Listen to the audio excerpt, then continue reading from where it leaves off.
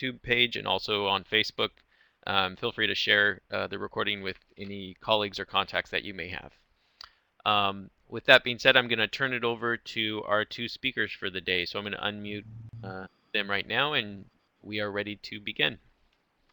Okay, thank you, Jonathan. Hi, everyone, and welcome. I'm Eric Allison, the CRIS coordinator at the State Office of Historic Preservation, and Nathan is next to me here, and he'll be speaking later. Again, thanks for joining and giving us this opportunity to talk about the CRIS, or California Historical Resources Information System. I'm going to provide an overview of the CRIS and talk about its structure and function, and then Nathan's going to follow up with his own presentation about specifics at his information center at Sacramento State University, the North Central Information Center, and give you some examples of the work they do and some visuals so you can better understand the things I'll be talking about in general. So why don't I get started here? First off, with the obvious is what is the CRIS? CRIS stands for California Historical Resources, and it's really comprised of three bodies or three entities. The State Historical Resources Commission, which is a commission of governor appointees that serve multiple functions. One of them is, through state law, is to adopt and approve policies related to inventory management for the CRIS. So the commission meets quarterly every year, and depending on what's on their publicly noticed agenda, they may be dealing with CRIS policies and matters related to inventory management. Primarily, they deal with federal and state register nominations. One of our earlier sessions talked about that process a bit, so I'm going to move on from there. The Office of Historic Preservation, my office, we're headed by the State Historic Preservation Officer, or SHPO, and we have a Deputy Historic Preservation Officer. We have both federal and state mandates to maintain inventory of historical resources for the entire state. I'm the CRIS coordinator, which I have an important role in all of that, but we also have staff here in the office that provide inventory management services. They do data entry primarily, and as we're trying to go digital, document scanning and other related work. So our office's role is to manage information that comes through one of the program areas in our office. Again, an earlier session provided by Janon Saunders, hosted by, talks about the 10,000-foot view of OHP. So she talks about all the different program areas there. So I'll move off of that. And then also, as the designated CRIS coordinator at OHP, it's my role to administer and coordinate the CRIS and really the information center component of the CRIS properly. I don't coordinate the commission, nor really the office here. So really part of our office is in the CRIS. I guess that's one way of looking at it. And then the information centers of the CRIS really manage most of the inventory information. They are the points of access for the CRIS inventory, and there are 9 of them in the state. They're regionally oriented, and I'll be talking about that in a moment. They're hosted at educational institutions. Historically, that has varied. There were more information centers, and now there are 9. So at this time, we have arrangements with 9 what we call host institutions to provide information center services and functions. The functions that they carry out as information centers officially are delegated to them by the SHPO, the State Historic Preservation Officer. The primary one is to maintain the state historical resources inventory on behalf of OHP and Commission for their service areas. So when I say the CRIS inventory, I'm talking about the statewide inventory of historical resources. That is the SHPO's responsibility ultimately. And again, the functions that the ICs carry out are delegated to them by the SHPO through annual agreements. The IC service areas are county defined. I'll have a map of that coming up in a minute here. I'll talk a little bit more about that. So they maintain the inventory. Of course, they provide access to the inventory, and they support users of the inventory in interpreting and general use of it. That can take various forms in terms of how they support the users, and I'll mention some of those in a bit. And then they also provide, in somewhat more general sense, what we kind of loosely call outreach and education services. Um, they are at universities, so they do have a relationship with the universities and their missions, dealing with students, student interns, academic research. They also provide, depending on the situation, tours or participate in informational meetings and discuss, such as Nathan's doing today, elements of the CRIS and how they do their work. So these are all responsibilities of information centers. I'm going to provide a little bit of background because, and I'll go through this fairly quickly. It just kind of gives you a sense of how things came to be the way they are today, mostly of the information center system, part of the CRIS. Their origins predate this office. They predate a lot of the state and federal laws that are important today for preservation and for our office and the public. There's a lot of history here that I'm really going to go through quickly. The University of California California Archaeological Survey was officially established in 1948. They had a lot of archaeological records and information developed over years of research throughout the state in several locations ultimately. Carrying forward to 1966, the Society for California Archaeology was established, coinciding with the National Historic Preservation Act, no doubt. And that organization still exists today, of course. There are, as the name says, archaeological organization that advocates and its members participate in best practices in historic preservation. They have a code of ethics, and they also, at the time, as you see in the next item there, took on the role of managing this archaeological inventory that was largely built on the UC Archaeological Survey program, which had by that time faded away. And the district clearinghouses, which were regional in nature, had been established and maintained archaeological information for preservation and research purposes. In 1975, the Office of Historic Preservation was officially established within the Department of Parks and Recreation. Well, the NHPA, or National Historic Preservation Act, was passed in 1966. And while the department did receive federal funding to carry out functions that are basically the functions OHP carries out today, there was not a separate office until 1975. In 1976, through a dialogue and agreement, our office took over administration of what had been the state clearinghouses and was now called the State Archaeological Site Survey.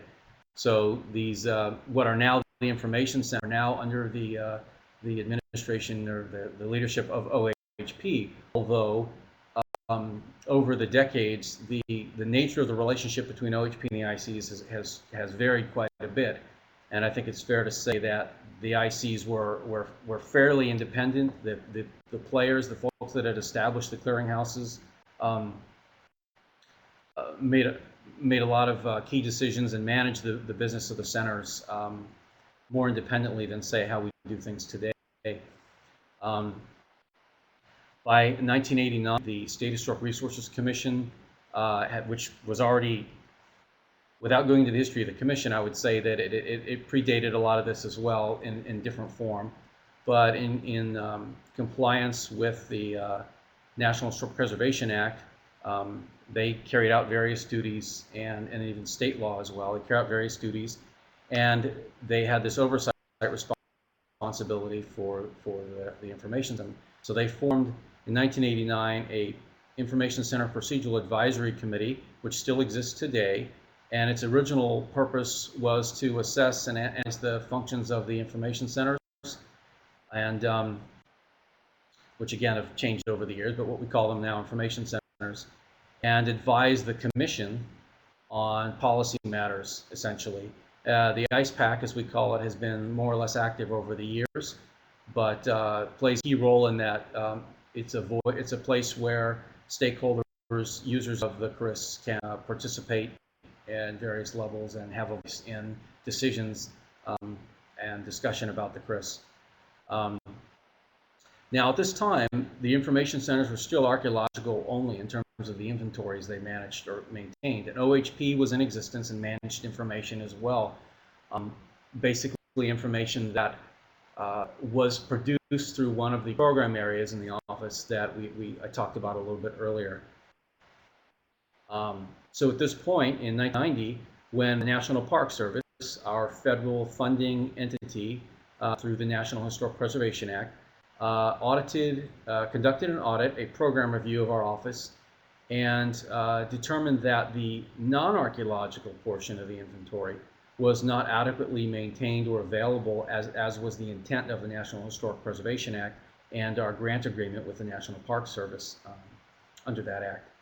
So during the period from 1990 to 1995, in response to this issue, the information at OHP that was largely non-archaeological in nature was redistributed to the information centers. The functions of the information centers were redefined to have a more broader base of resource information types at their centers.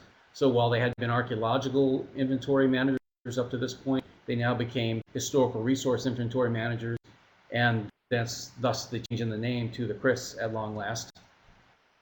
And that's more or less the structure we have today. A couple of other key events here. In December 2010, in almost parallel to the ICE-PAC, but in a way to allow for a more fluid discussion amongst the SHPO's office, the ICs and stakeholders, the CRIS working group was established, a stakeholder group including ICs and OHP staff. It's been off and on active since then. When there's key policy discussions or issues, that group becomes more active, and we work together to figure out what users want and need and try and accommodate those things as best we can. In 2011 through last year, we had contracted for several studies of the CRIS, modernization, sustainability, and the service model, the way in which the CRIS does business. I haven't talked much about the digitization of the inventory, meaning the conversion from basically paper format to electronic format. It certainly has been the focus and was a significant component, and I'll talk more about that in a bit. So we also had an assessment of the inventory, which provided a sort of a quantitative and qualitative analysis of how the inventory data were, what condition they were in at both OHP and all the information centers. And now, as I mentioned, we're in the process of converting this inventory to digital format. It's been going on for quite some time, actually. It's certainly going on in a much more coordinated fashion over the last 5 years or so than it had been prior. I mentioned that the ICs were fairly independent and still maintain a lot of flexibility and independence. However, our office has taken a more direct role in coordination and collaboration with the ICs to develop standard policies and procedures. And this is one project as opposed to 10 small projects. So this is just a simple map of the regional information centers. Their abbreviations are all there. Each one of them, as I said, hosted at an educational institution, a Cal State or a UC campus, or a Cal State foundation, but ultimately hosted by at a campus or near a campus. And each of them serves one or more counties. As you can see on the map there, I hope it's fairly clear. Yeah, it looks all right in the big screen. They're almost all contiguous counties, and so the ICs have the inventory information for the counties represented here on the map and maintain it. And it presents some challenges because we have a partitioned inventory because of this structure that goes back to, really ultimately this goes back to pre-OHP, the idea of these regional centers. So that's one of the challenges, but it's also a benefit in some ways too, because the regional centers serve their local communities, have relationships with their local users, and have local knowledge about, or semi-local knowledge about the resources in their areas. So we at OHP have a statewide inventory electronically for the most part in terms of our database, and the ICs have their inventories for their regions. So when we exchange information with them, we do it on a regional level for the most part. This is sort of a dreaded reading of the slide moment, but I wanted to talk a little bit about the CRIS mission statement. It was developed by the information centers in 1995. I actually worked at an information center at that time at the Northwest Info Center. And so it presents a statement by the information centers about their priorities, and by and large it needs some revision, but it's a fairly accurate statement of what they do, assisting in the long-term stewardship of California's resources, both physical properties and documentary materials. The mission of the information centers of the CRIS is threefold, and each of these areas is of equal importance and value. Records management, that has to do with the primary records, meaning the current recording format for historical resources, the official state format, and the information centers, one of their key functions is to maintain those records for conservation of original information and the development and maintenance of working systems. A dissemination of information concerning the full range of values, historical resource values, provision of local expertise in the interpretation of that information, and the professional advice and recommendations designed to assist in compliance with applicable laws and regulations. And through a variety of proactive educational efforts on both a formal and informal basis, the information centers work to broaden appreciation and understanding of historical resource values, as well as strengthen compliance with state and federal laws. So both obligations in terms of maintaining inventory information, providing access, but also some level of what you might call advocacy, but outreach and education to help inform and in some ways guide those in the public. The information centers are committed to the fulfillment of this mission by providing quality service and products in accordance with local needs and directives from my office. So that's what the IC's mission is in a nutshell. We will likely revise the mission statement, but I think it's an important, it talks about the core values of the CRIS currently. The CRIS inventory, which I've been touching on here and there, as I mentioned, SHPO has both state and federal obligations to maintain an inventory. So I would just say that the inventory definition of what should be in that inventory is not crystal clear in law or in our grant agreement with the Park Service. So it's a very broadly defined currently inventory, while our office maintains a more set of information about resources that have come through one of our program areas and have been evaluated through a process associated with the program area. The information centers have both that information from us, as well as basically any information that may have come to them from any source, provided it is documented adequately for standards. And we have, these are conservative numbers really, just to not overestimate, over 400,000 resources in the CRIS inventory and over 150,000 reports. Likely a few thousand on both of those cases, and more than that actually. There's significant overlap between our inventories, obviously.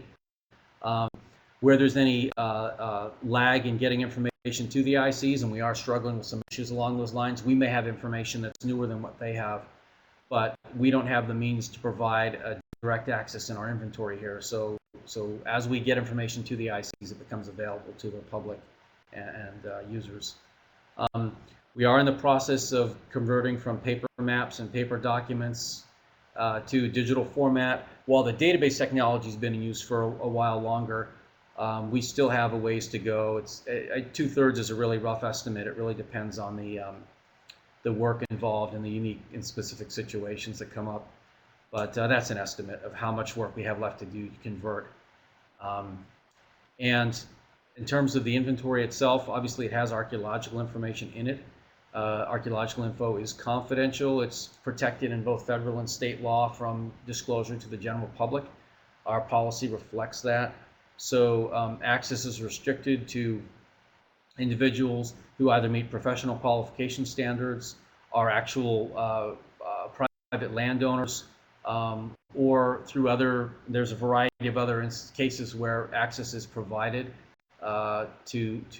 certainly to agencies, to tribes, and educational institutions. But there's always a dialogue, and there's always either a policy or a ad hoc written agreement that it deals with access policy, especially with archaeological information, because we want to protect the sites from being looted or otherwise vandalized or damaged or destroyed, whether intentionally or not. And so we want to make sure that those who have the archaeological information know the sensitivity of what they have and are aware of the concerns and the need to protect the confidentiality, because obviously site looting and destruction occurs, deliberate, occurs all the time still, unfortunately. I talked about Chris toward digitization, converting of documents to PDF format. That's the first real item. So people have been filling out paper forms for decades and writing reports and submitting them to our office and the information centers. So we still have a bit of a backlog of scanning these to a digital format, and PDF is our standard. Locations of where studies have been done and where resources have been recorded have had historically been plotted on what we call resource and report location maps, or base maps. And so converting all that information to digital geographic information systems format is a key function of this conversion effort. And of course, populating the non-spatial databases, the description information about these documents. So that's when when we're talking about digitization, those are really the three main components for what we call resources, and then the reports, the study reports that take lots of different forms, basically. They can come from almost any source. Largely, they're cultural resource management reports. For the information centers, largely they're done for compliance with CEQA or other state laws or local. And the digitization has been going on for decades, really. And sometimes there have been large funding sources of in the neighborhood of $1 million to convert a large chunk of the inventory. A lot of times it's just been our office, and especially the ICs, doing as much as they can with the resources at hand to continue with the digitization effort. And it's been fairly successful, but it has taken some time and money. And funding for the operation of the CRIS, especially really of the ICs, comes from their fees that they charge for their record searches services that they carry out. Ethan's going to talk about record searches a little bit later, but suffice to say there are a number of different types, and I'll talk a little bit more about the types, but he'll provide detail on what that really means. But it's providing information to users of its inventory. Through those service fees and through other types of agreements, such as subscriptions or other kinds of arrangements where funding is provided, the ICs generate really it's closer to $2 million per year, and the IC operating expenses are roughly the same. So if we don't count in OHP's operating expenses, it's about $2 million a year to manage the statewide CRIS inventory at the information centers. We provide them with a small percentage of their annual costs through federal grants, sub-grants actually. We also provide contract support, mostly for digitization of the inventory. Right now we have about $175,000 in inventory digitization contracts out with ICs to get that work done. And as I mentioned earlier, other support comes in, financial support, mostly focused on digitization at this time, but just to support operations of the ICs. OHP has a federal grant we get from the National Park Service, and we have a state budget, including matching funds for that grant from the state. So our office does not charge fees. We do not generate revenue through our services, and we do not have adequate staffing and facilities to manage the entire inventory. So this partnership we had with the information center hosts going back for decades now is really necessary to manage a statewide inventory. So a little bit more about what the information centers do. Obviously, they maintain the inventory and provide access to it. It gets updated to the tune of roughly 10,000 new resource records and reports per year. It does vary a bit. Right now, this year actually looks to be a little slower than that, but that's preliminary. And last year was about that. It really depends on what's going on with, among other things, the economy and how much cultural resource management work is being triggered through projects that have to comply with federal and state law, preservation law. The ICs I talked about assisting with and using with use and interpretation of the inventory.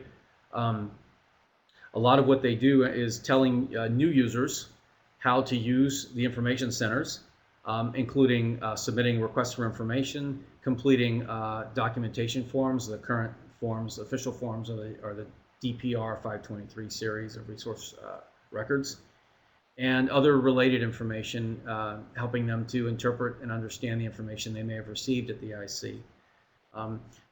In numerous cases, the ICs will provide recommendations, keeping in mind they are recommendations, but they'd be related to resource identification primarily. If someone is carrying out a project subject to CEQA and they've submitted a record search request, depending on their expertise and their qualifications, they may not get detailed confidential info. They may just get summary info. And in a lot of cases, they'll get recommendations from the ICs that further study should be done, or perhaps further study is not recommended by the IC. That's not legally binding or definitive, but it can be very helpful, and it's very important part of the process, which helps local governments or agencies that have oversight responsibilities in deciding how they want to proceed or how they want their applicants or permittees to proceed. The ICs do the record searches. Last year they did over 6,000 record searches. It varies by county. Some counties do hundreds and hundreds, and other counties in the low double digits. You can kind of imagine in the state, there's areas where there's a lot less development, less population going on. Now, really two kinds of searches that are done, two main categories, and split two different ways. I guess there's really four. There's staff searches and searches. Staff at the ICs can conduct these record searches, or requesters, if they qualify, can come in and conduct the searches themselves. There are fees for this, hourly rates for conducting or having staff conduct searches. And then there are also, within those categories, really confidential and non-confidential, or cross-cutting them. If a staff search is being done by IC staff, it may be confidential or non-confidential. Confidential search, if the search area contains archaeological information, it will be provided in some detail. Non-confidential searches will not. They really are. They're summary in nature by default, because they won't release or reveal confidential archaeological information. So it's important to note that distinction. If someone wants to do a record search, they may not qualify for access to the confidential information, and they may not qualify, therefore, for a confidential record search. And end of my talking time here. This is just a summary information. It's estimate we did a couple years ago that shows roughly how much time the ICs spend doing their work. You can see that the bulk of it is just managing the survey and inventory, doing record searches, processing incoming information. There's other activities that go on, administrative costs, other things for which they don't necessarily charge a fee, the technical assistance and public education, but really a fairly small percentage of the overall cost. So this $2 million I talked about is really focused on inventory management and providing access to the inventory. And with that, my portion of this presentation is done. I have my contact info here and a couple of links to OHP web pages where we have information about the CRIS, as well as a PDF roster of all the information centers and their contact info. So if someone needs to contact an IC, they look which county the IC serve, they can look on that roster and see which IC they need to contact. And that's concludes my discussion about the CRIS and the information centers. I guess we'll switch over to Nathan now. Okay, thank you. Okay, my name is Nathan Hallam, and I'm the coordinator at North Central Information Center, and that's hosted at California State University, Sacramento. And so, as you can see, the little map I provided here, we have a 6-county area, and our portion of the larger CRIS inventory is located within those 6 counties. We've got Sacramento, Amador, El Dorado, Placer, Nevada, and Yuba. And so that's an area that goes from the Sacramento metro area up north to Marysville, then it cuts east to the Lake Tahoe area, and then back down through Amador County to Sacramento. It involves, Sacramento Valley landscapes, the Gold Country foothills, all the way up through the Sierra Nevada. And let's see. A big portion of the inventory involves archaeological resources associated with Native American groups that lived in this area. That includes the Nisenan, who occupied roughly the northern half of our service area along the American River and Yuba River drainage areas. Some of the Miwok groups who were on the southern end of our area along the McCollum River, and then up Lake Tahoe area, we've got the Washoe, who would seasonally they'd spend their summers up in the Lake Tahoe area. Some of the historical themes that are associated with the resource records that we process and maintain. They can be Spanish and Mexican ranchos in the Sacramento Valley, overland trails over the Sierra Nevada, certainly railroads. We've got a lot of railroads, including the Central Pacific, which is the first transcontinental railroad. A ton of surface roads. Certainly a lot of mining activity. This is the area where gold was discovered, and so it was, a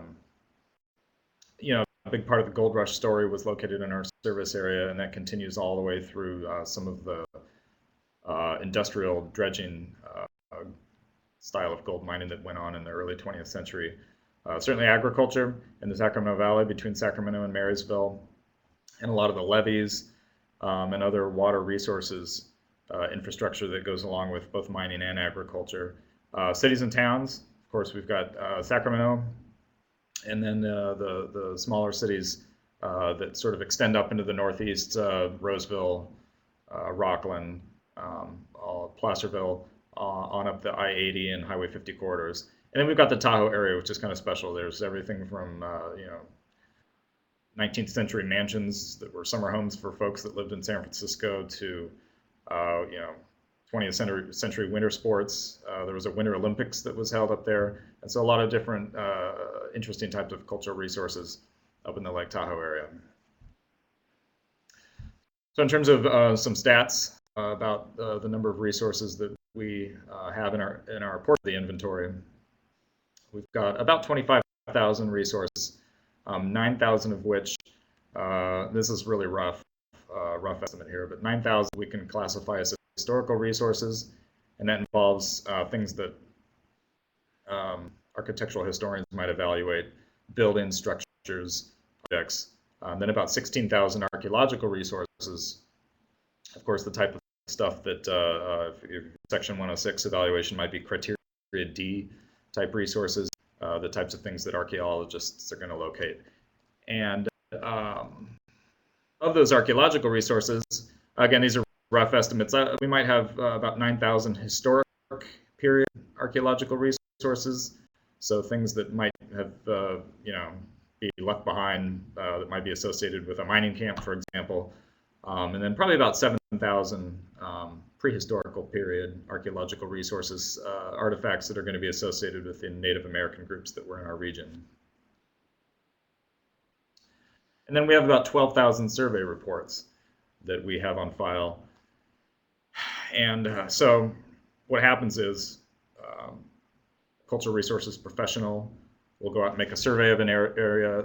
If they find any resources, they'll record those resources. They'll send us the resource records. They'll also send us a survey report that sort of outlines everything that they looked at and gives some historical context for the types of things that they found. So this is a photo of our information center in Sacramento. We're hosted by California State University, Sacramento, and we're in one of their off-campus buildings. It's called Folsom Hall, and we're one of 9 information centers, as Eric mentioned. And so this is the type of things you're going to find at any information center. So left to right, we've got a little library of historical information. We've got the map cabinets where the base maps are kept. In the old days, we would have recorded the location of resources and survey areas on USGS topographical base maps. Now we're exclusively digital, so we've sort of retired those paper maps, and some information centers are there and others not quite yet, but we don't actually update those anymore, but we keep them because they're important. And then we have in the very back, you can see those blue and black binders back there. That's our library of survey reports.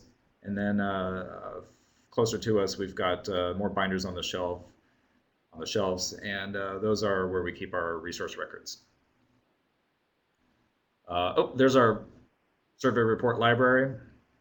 Again, we've got about 12,000 survey reports on the shelves here. And then look in the opposite direction, you can see our binders where we keep our cultural resources records.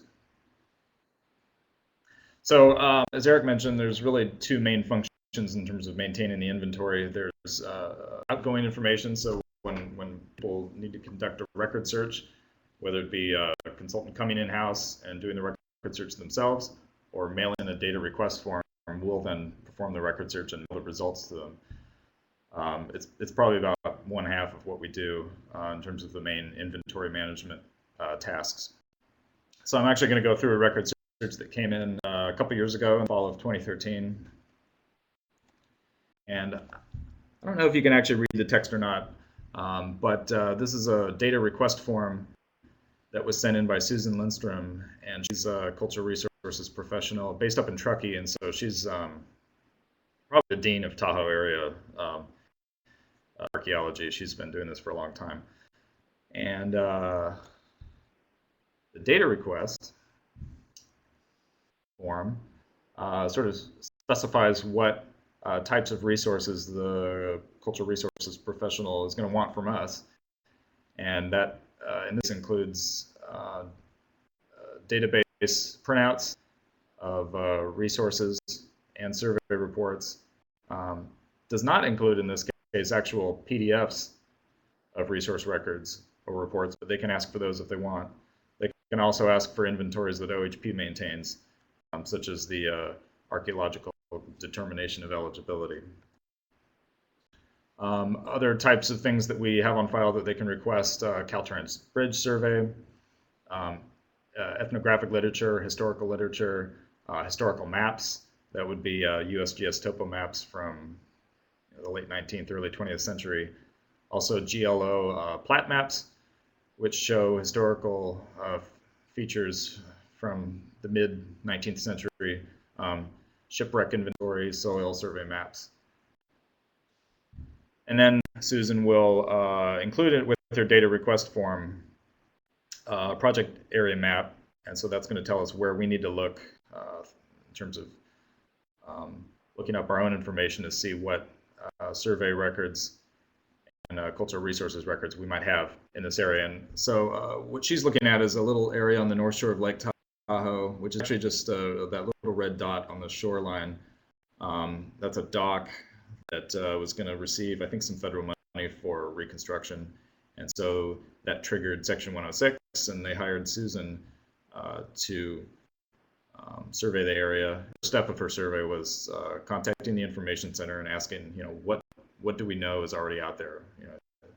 What surveys have been conducted, and are there any resources within In her case, she wanted to know everything within 200 feet of that little dot. So not a big search area in this case. And so what we found when we looked at our GIS was that there were no resources, but there was one survey report previously conducted. And so our GIS looks like this. We've got an orange polygon that indicates the locations of a previously conducted survey. And then we can, from the GIS, load up the database, which gives us information about that survey. And so we can see that it was conducted by Jim Woodward in 1991, and it was a survey of the Tahoe State Recreation Area there in Placer County. And we also know that Jim, in this area of the survey, didn't find any historical resources in 1991. So then we put together all the information that Susan asks for. We give her a little cover letter that gives a synopsis of what's out there, and we send it off to her. Now, if she wanted, she could come into the office and look up all this stuff herself, but a lot of folks choose to have staff conduct the record search and mail them the results. So the other half of what we do involves processing survey reports and resource records that consultants like Susan would find after they conduct their survey. And so in this case, in the fall of 2013, a couple months later, we have a survey report from Susan that shows up in the mail, and it's going to outline the work that she did up there surveying this area around this one dock that we're going to rebuild. I apologize if you can't read this; it might be kind of small. But first thing we do when we find a report in the mail is we look at the table of contents. We're going to want to zero in on where the consultant conducted the survey, so that we can draw that area into our GIS and build it into our inventory of previously conducted surveys. She's going to have a little narrative statement about her field research so that we know, what her survey really consisted of. And then she's going to have a USGS topo map, and she's pointing to the area that she surveyed. And of course, the area that she surveyed down there at the bottom is that same dock area where she conducted her record search.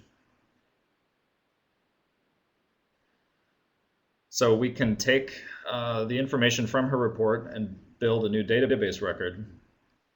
And pretty straightforward stuff, bibliographic information. We're going to note the location of the survey area, and it's going to cross-reference resources that might have come in with her report that she submitted. And then we'll draw the survey area shape into our GIS, and you can see it's right in the middle there. It's that dock. That was the extent of her survey, and so her survey now has a number that it's assigned in the database. And so when people in the future want to know what survey areas have been done, in the area around Burton Creek there on the north shore of Lake Tahoe, they'll know that Susan conducted this survey in the fall of 2013. And lo and behold, her survey report included a resource record, and it turns out the dock itself was exactly 50 years old in 2013.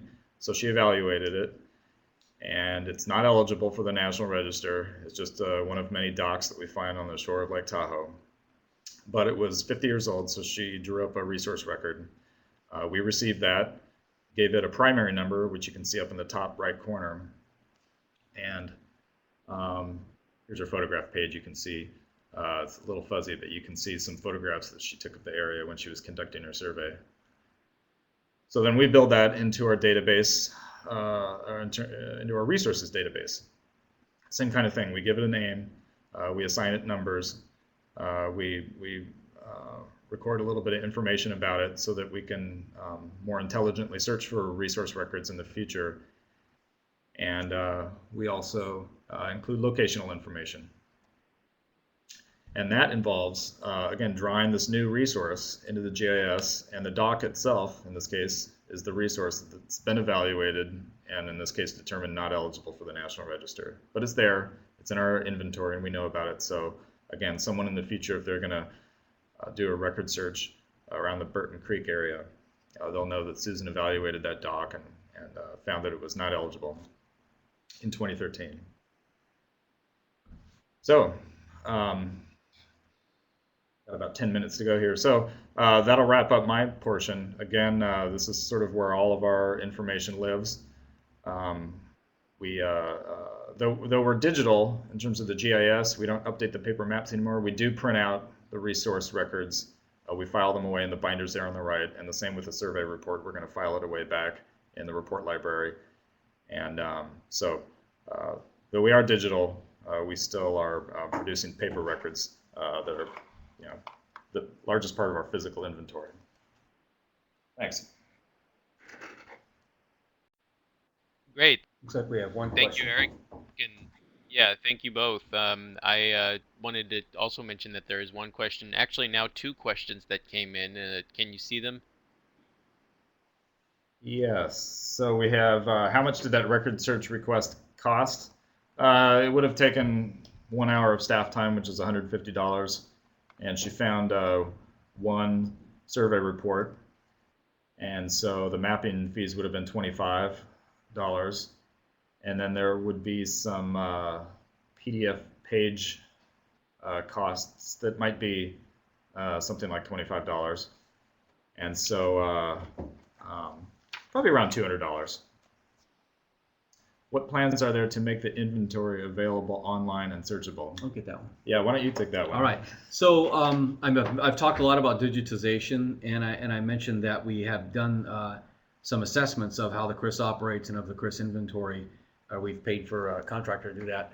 And right now, we're moving forward with some plans to really map out where we want the CRIS to go in the future, how we want it to operate. We've talked about how many ICs there will be. That's obviously a very sensitive and key issue. And we've talked about how people will get access and whether we will have an online component.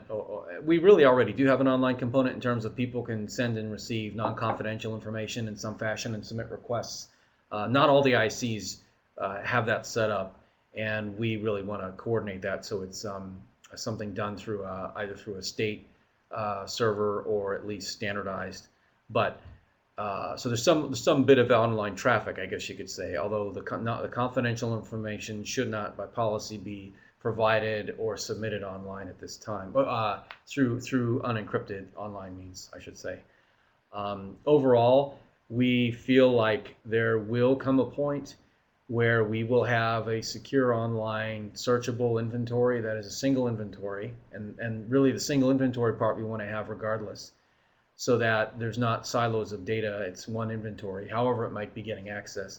And the idea that people could have some level of authentication and log on and access it is one we support.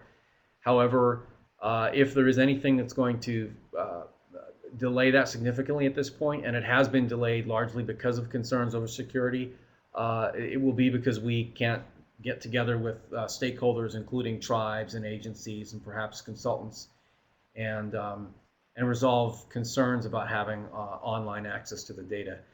When we might do it, I mean, we certainly won't be putting the CRIS inventory online this year or next year in its entirety or anything probably close to that.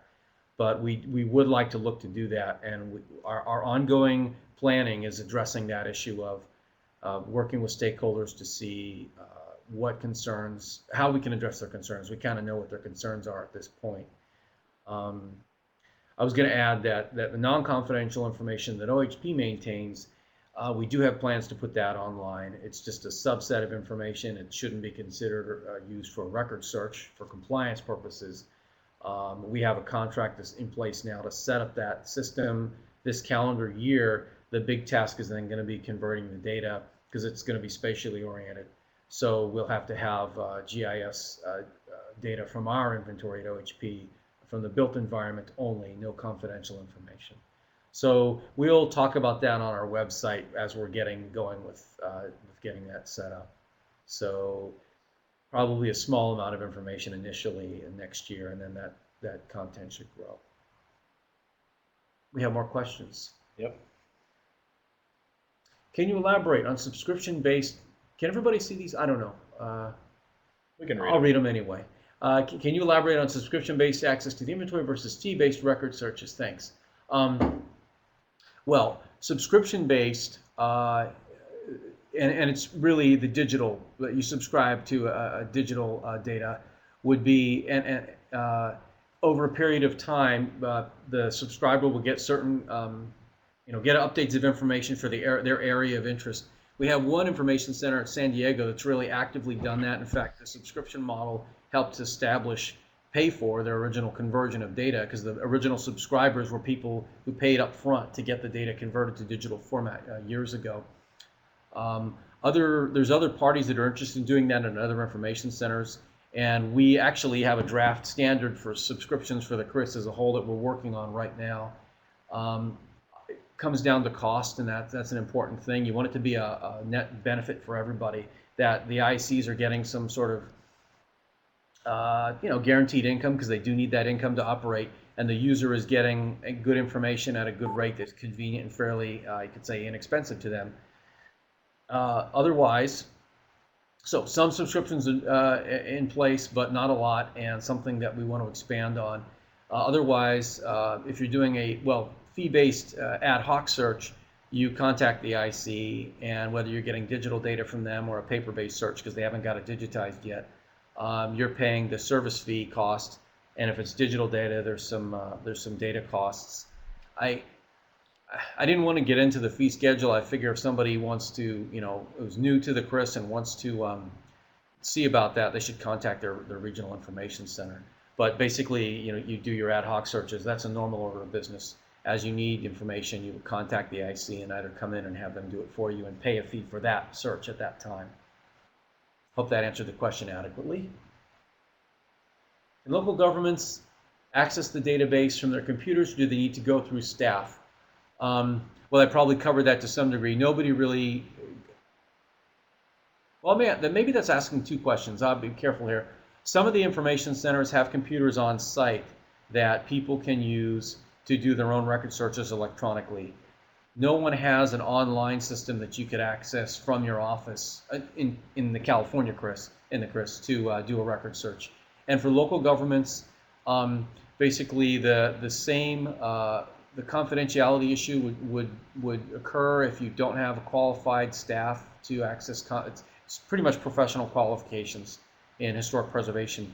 Then you're entitled to a non-confidential search, and at the time you can't do those yourself, because when you do your own search, you're getting access to pretty much all the information. So local government can request non-confidential record search requests. Staff fulfill those requests, and what they get back is sort of a general summary statement about the sensitivity of their area, whether it contains resources or not. But they're not going to have specific locational information about where the resources are or what they contain.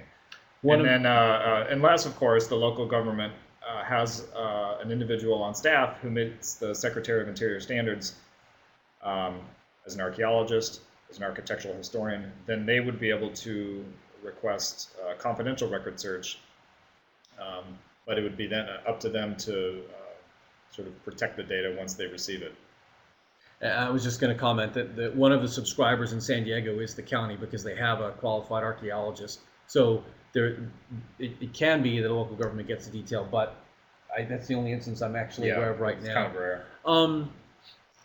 Yeah, I think that covers it reasonably well. Next question is, if one is doing a local survey using CF web tools, can it be directly uploaded to the CRID? So the CRID, there's a tool that was developed through grants from this office as well as other funds several years back for local governments to use to manage cultural resource information. We worked on a process whereby we could possibly transfer information from the CRID directly into our inventory. We that got put on hold for a while. That's the short answer to that. Um, the way the question's worded, sorry, Diane, I'm not sure. The CRID itself, if you're a CRID user, there are means by which you can use that tool to upload your information to a hosted site. We don't have a hosted site here. Maybe that's what I should have said for the CRID at this time. Other options do exist, and we had talked to the contractor about that when we were in discussion about that.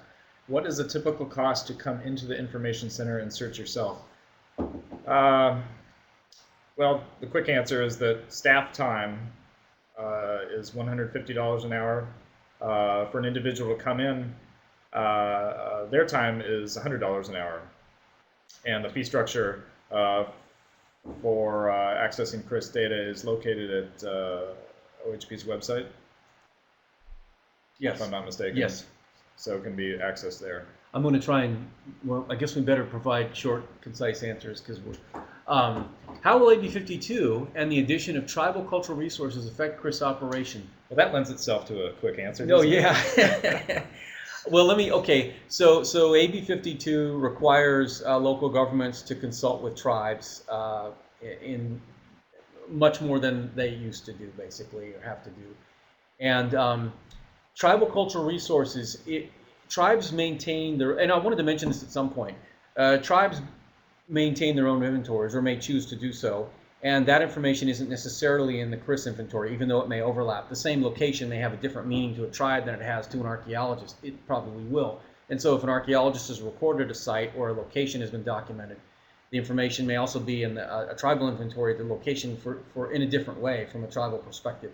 So properly, tribal resources don't get put into the CRIS inventory unless the tribe wishes to put them in the inventory. And there's a lot of, so there should always be a follow, whichever order things are done in, consulting with tribes, asking tribes what their concerns are and what information they have is really key, and the CRIS is not a substitute for that. What I think might be going on because, well, with the increase in consultation between tribes and local governments, it's possible that more local governments will begin using the CRIS so they have more information about what's in their area for different projects than they currently do. And there may be more of a demand on the CRIS, and we may need to revisit the non-confidential summary searches that are done in the context of tribal consultation and how quickly information can be gotten out to, let's say, tribes during the process. That's a little roundabout, but it's, boy, that's a there's more there to talk about. Sorry, I just it's what we've been talking about more recently here. Our city planning department has completed many DPR surveys that have not yet been submitted to the IC. Is there a protocol to submitting the DPR forms? Yeah, well, it's important to sort of ask your local information center, what format they prefer. At the North Central Information Center in Sacramento, we like to get everything as a PDF on a disk, and if possible, have that disk loaded up with the GIS shapefiles that may have been used to produce the survey document, survey report document, or the resource records themselves. So digital. Submitting things digitally helps us because it saves us time. We don't have to digitize it ourselves. And it's a good idea to, depending which county you're in, check that IC roster and contact them about specifics. Not all our ICs are as digital as Nathan's. And then the next question, I'll let you take that one. It seemed that Susan Lindstrom had a list of specific items to request. How did she know to request those specific items, or which items the CRIS Center had available? The data request form lists the type of products that we can provide cultural resources professionals, and it requires some experience with the CRIS to know exactly what you're getting. So if you've never made a data request, I would encourage you to call the information center, and the coordinator there, or the staff person, can then sort of walk through the data request form, explain to you what all these products are, and give you a better sense of what you might need for your own project. if we as a private company prepare DPR forms, should we be sending these into the regional IC in addition to submitting these to OHP? If the purpose for which you're submitting the forms is tied to an OHP program area process, then you would be submitting it to us. I'm just sort of going to lay that foundation. So if it's 106 consultation has been occurring, nominations, some funded surveys, those are the basic types of things that produce stuff our office gets. There's also state compliance consultation. So if something is going to be coming to us because we've been involved basically in the process, and some evaluation of resources is occurring, so we're getting records that way. We are going to end up forwarding that to the ICs when we're done processing it. If they get it submitted to them at the same time, it's probably a good thing, so it'll get out into the CRIS inventory faster. The double-edged sword is it will produce some redundant effort, but that's our problem. I think that we would encourage people to submit information to the ICs. It's not really a problem. If we get something from OHP that we've already received, we'll just simply start by looking it up in our GIS, and if we've got that shape in the system, and we see the resource record in the binder, if we see the report on the shelf, and we know we have it, and we will just set it aside, and we don't need 2 copies. So what we're both saying is yes, and I was just talking about some of the issues that Nathan was feeling are minimal. So yes and yes. Yeah. Okay, so I think that's the final question, and we are slightly over time, not too much, but I'll leave the opportunity for just one more question if anybody has any final questions.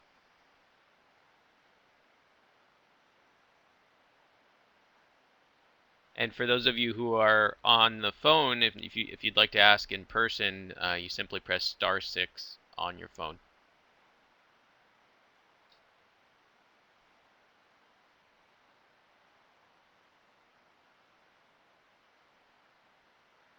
Okay, it looks like we don't have any further questions. That was probably the most questions we've ever had for a webinar here. So thank you both for fielding them and addressing them, and for your presentation. At this point, what I'm going to do is move over to the evaluation section of this presentation. This is important for us as an organization in learning what you're looking for in programs, how we can improve our programs, and also what you thought of today's session. Good news is that CPF will be continuing to partner with SHPO for the next fiscal year. Our year starts in October. For the next year, starting in October, so we will have a calendar, quarterly programs from the SHPO out pretty soon, along with our full education program calendar, which should include about 20 webinars next year and 12 additional workshops as well. So please do consider joining. As you fill out this form here, you'll see on the left-hand side there's a Submit Response button. You need to complete the form first and then scroll all the way back up to the top of the page to submit your responses. And on the right-hand side are some qualitative responses that give us more information as to what you're looking for in programs. On the top of the page are some links. The sign-in sheet doesn't really apply here. We don't offer continuing education credit for the SHPO program, but you will see on the top there's a link to our upcoming programs. That link will be updated soon with our coming year calendar of events, but there are some remaining programs this year, including a great modernism webinar that's coming up on September 23rd, I believe, looking at mid-century landscapes. I'm sorry, it's September 29th. So I encourage you to sign up for that webinar on September 29th. We also have a program on evaluating resources after the Napa earthquake coming up soon. So please do join us for future events, and thank you for your support and interest. And thank you to both of the speakers. And I'm going to turn off the sound now, but I'll leave up the screen in case you'd like to leave more responses. Thanks again, everybody. Bye. Thanks.